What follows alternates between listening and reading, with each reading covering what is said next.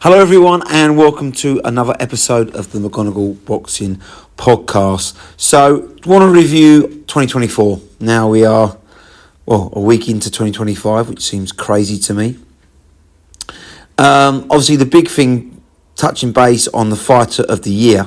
Now Ring Magazine, ESPN, quite a few of the so-called boxing analysis experts have given it to Usyk. I haven't. I believe the 2024 Fight of the Year goes to Daniel Dubois. Now, I know it's very easy to, overlook the lighter weights in favour of the heavyweights. And I've tried not to do that. I think David Benavidez, for instance, has had a fantastic year. To be fair, Canelo, I think, he's re-established himself, has shown that he's very much still a man to beat at the super middles. Obviously, Inoue is Inoue. He's had another strong year.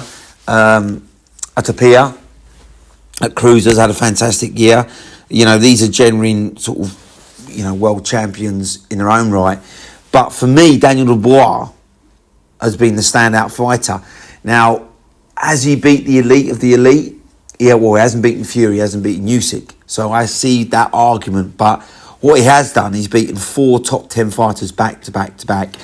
And he's already going after his 5th one in Joseph Parker next month. Phenomenal year.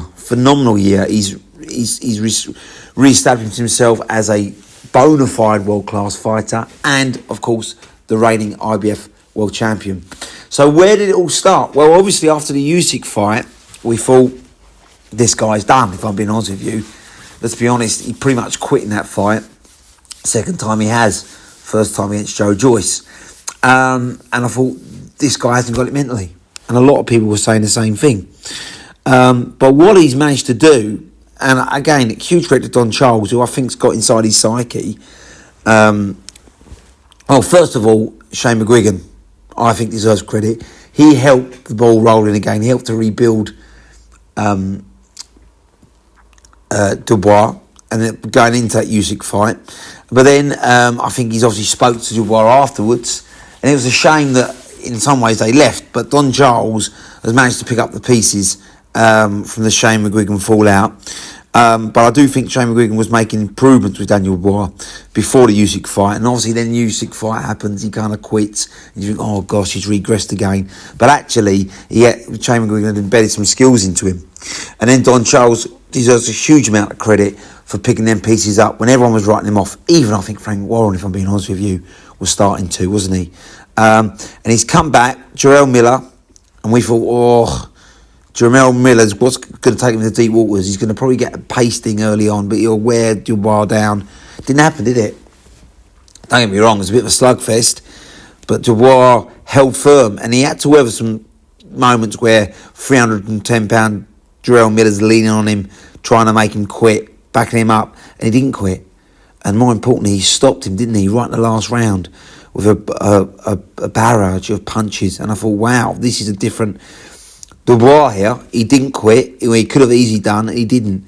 And then he follows that up with Hrgović, which is unbelievable win. I mean, Hrgović was the bogeyman of the division. No one wanted to fight Hrgović, a 6'6" monster, very confident, very skilled. Again, huge favourite against Dubois. Dubois walked him down, dismantled him. He then goes on to Wembley, 90,000 people, most of them cheering for Joshua. I wasn't. I was cheering for Dubois. I knew he was the future. And for me, I'm not a huge Joshua fan. I can respect what he's done, but I generally wanted Dubois to win. But I mean, in that style, that emphatically, that was unbelievable. I mean, he destroyed Joshua. Didn't just beat him, destroyed him. So, for me, them 3 wins in a space of a year, incredible. Absolutely incredible. I mean, these guys are, like I say, top 10 fighters. So, to do that deserves huge amount of respect. And I think, for me, he's established himself as the fighter of the year. I mean, under that pressure as well, don't forget, people were quick to write him off, quick to call him a flaker. He hasn't got it. And if I'm being honest with you, I was starting to go that way. I was thinking he hasn't got it. He hasn't got the heart. And to turn it round like he's done is quite remarkable. And obviously, Joseph Parker is another tough fight. But the thing is, he backs himself. He's called out Usyk, didn't he? Straight after the Fury match. He believes in himself now. He's got that swagger. And I think he's going to be a very, very hard man to beat. I think, at the moment, he's established himself as the third best heavyweight behind Usyk and Fury in the heavyweight division. And that's remarkable because after the Usyk fight, you probably wouldn't put him in the top 10. So that's a phenomenal year, and that's why he gets my nod. Yes, I can see why Usyk would get others. Oh, he's beaten Fury twice. He's become undisputed. Phenomenal achievement, but end of the day, he held 3 of the 4 belts. For me, they were extremely close fights. I actually had a draw and a Fury win. So, but you know, some people went the other way. They think Usyk won clearly both fights. I don't, but I think they were very close fights and subjected to scoring. And I don't think he made a huge statement, albeit one round in round 9 against Fury, which was a fantastic round for him. But I think Fury was winning so convincingly he switched off. Then the fight completely turned. So he deserves a lot of credit, but I don't think he deserves to win Fight of the Year. I don't think he's established himself or made the ground or improvement that Dubois has. And I don't think he's risked it all like Dubois has. I mean, Dubois is a loss that would be finished. If Usyk had lost to Fury, he's got the rematch. Or it's no great loss. He goes again. But I think Dubois had so much to lose and so much ground and improvement to make, and to do it over so short amount of time is incredible. So he gets my nod over the ever-improving Otopié, the machine that is the new way. Again, phenomenal years, but I don't think they've made the steps that Dubois has, the improvements. And for me, he's a bona fide world champion now. I think he's the third best heavyweight in the world now. And he might, dare I say, he might become the best heavyweight in the world this year. He's 27 after all.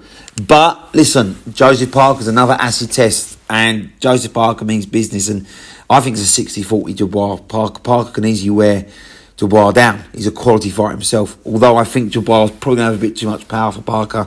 I think he'll hurt him. I think he'll stop him. I really do. But I think it'll be a great fight while it lasts. But my fight of the year, congratulations, Daniel Dubois. I mean, to sell out Wembley, 90,000 with 80,000 a year cheering against him, and to make that statement sums it up and reels it off for me. Genuinely bona fide IBF heavyweight world champion. He's found his match with Don Charles, done a phenomenal job. I think he's got respect of the world now, coming back from adversity. Well deserved for me. Ring Magazine should have gone with Dubois, not Usyk, as the fighter of 2024. Roll on 2025 though, it's going to be very exciting indeed. Alright guys, I'll catch you later on the next.